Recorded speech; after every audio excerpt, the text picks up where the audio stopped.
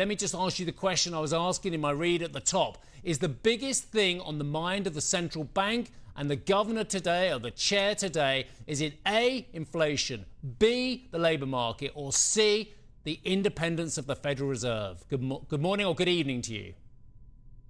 Good morning to you. It is a big day starting over there, almost ending here. But yes, going into the big Jackson Hole speech.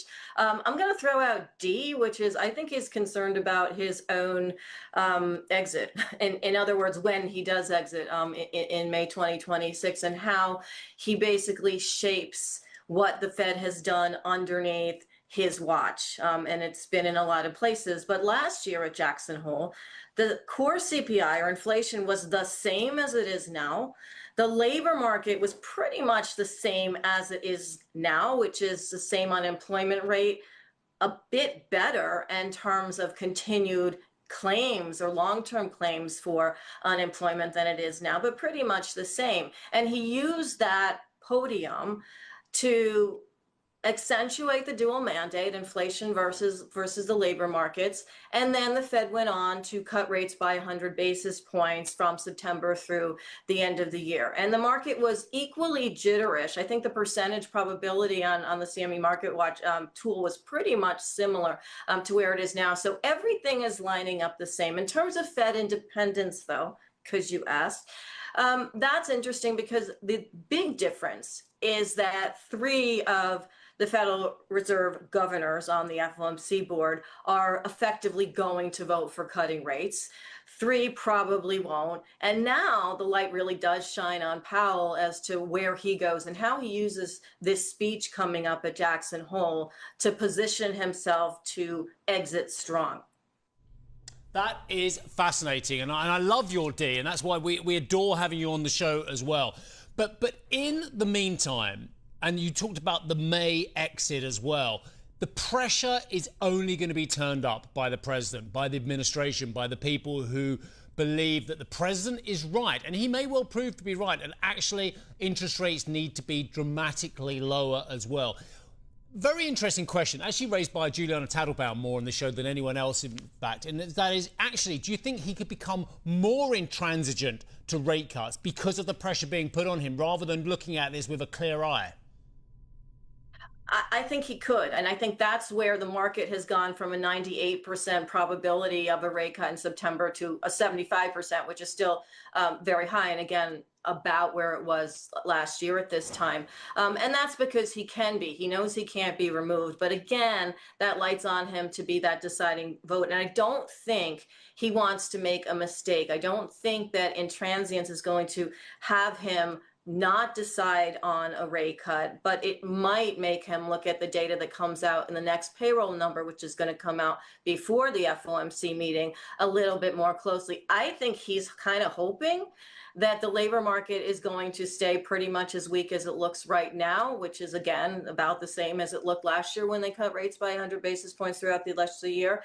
And that will give him runway to effectively use the labor markets, because, again, that is the theme of this Jackson Hole meet this time, and it will allow him to side on cutting rates. That's what I think he wants. I think if the number isn't there, he's going to also be happy to try and wait, but he's very uncomfortable right now.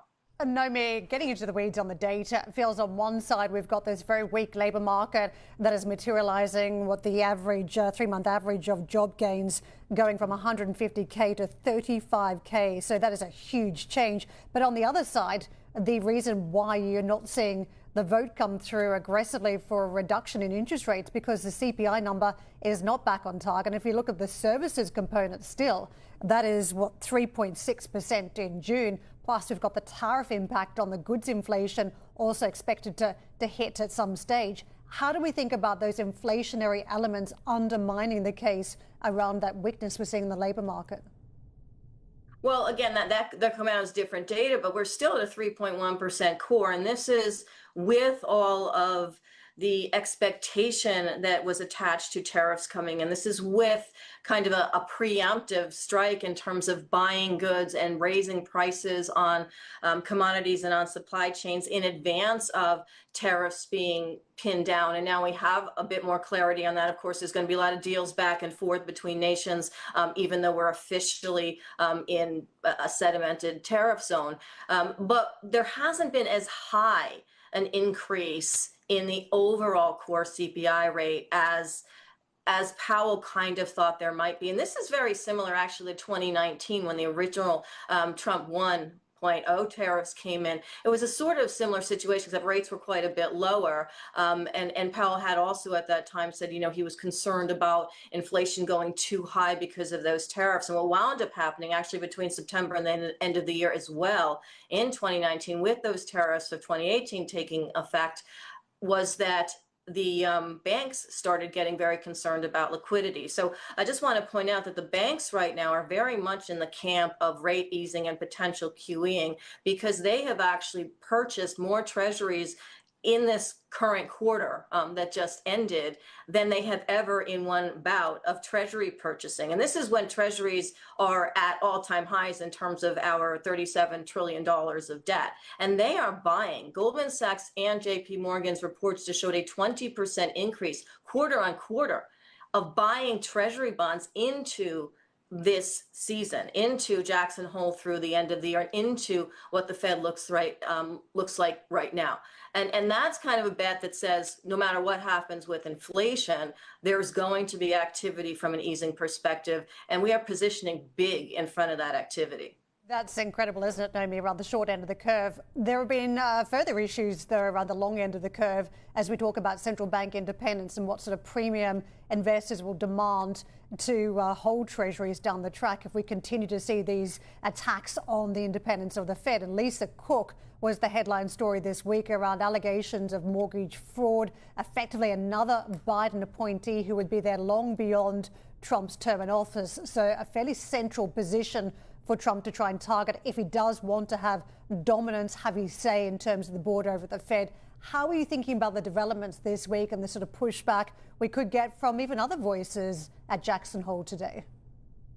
It's very interesting. I mean, the administration has effectively been going after whatever is loosely available, and at the moment that's kind of on deck. And if you do get a 4-3 situation in terms of the governors by anyway, then of course we're going into rate cuts and we're going into potential QE and we're going into that 20% increase in treasuries that the banks seem to think might happen on the long end of the curve and so forth, and that could then take us into May 2026. Although that seems to have abated, it was definitely being brought up. It was kind of like a targeted, sort of mini coup on the FOMC board in advance, but that not having happened, we do go back to Powell. We do go back to seeing if the data is such that he can, from a standpoint of his own credibility, ignore a bad print on payroll if we get that in the beginning of September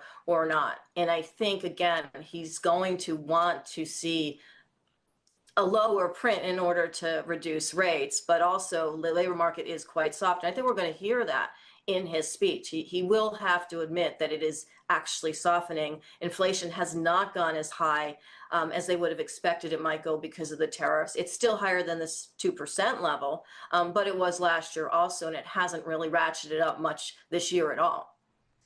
So, Nomi, let's go for a scenario. I want to know what could go wrong, and I think our viewers would like to know what could go wrong with the present scenario that actually ignore the inflation print. It's under control.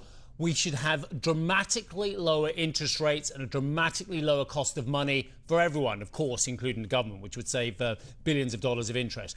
What could go wrong? Okay, so let me just say, so inflation remains robust, interest rates go down aggressively as well. How bad could it get if this is wrong?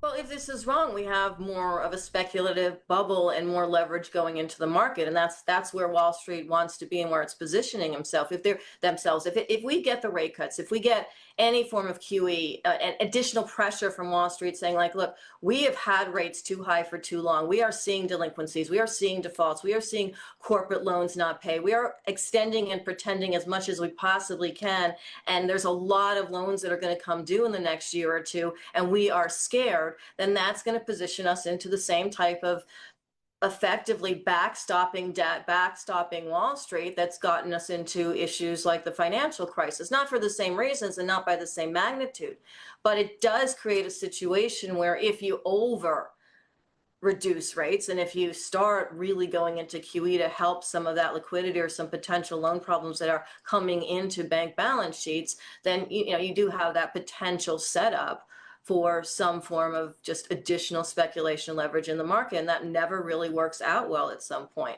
But I don't think that the Fed, this Fed, or even the new Fed under non-Powell in May 2026 is going to be as aggressive as the market might hope it will be. I think it will be obviously more aggressive than what we have seen so far under Powell, but I don't think it's going to really, we're not going to see a 1%, 2% interest rate environment or anything like that in the ending 2 years of the Trump administration.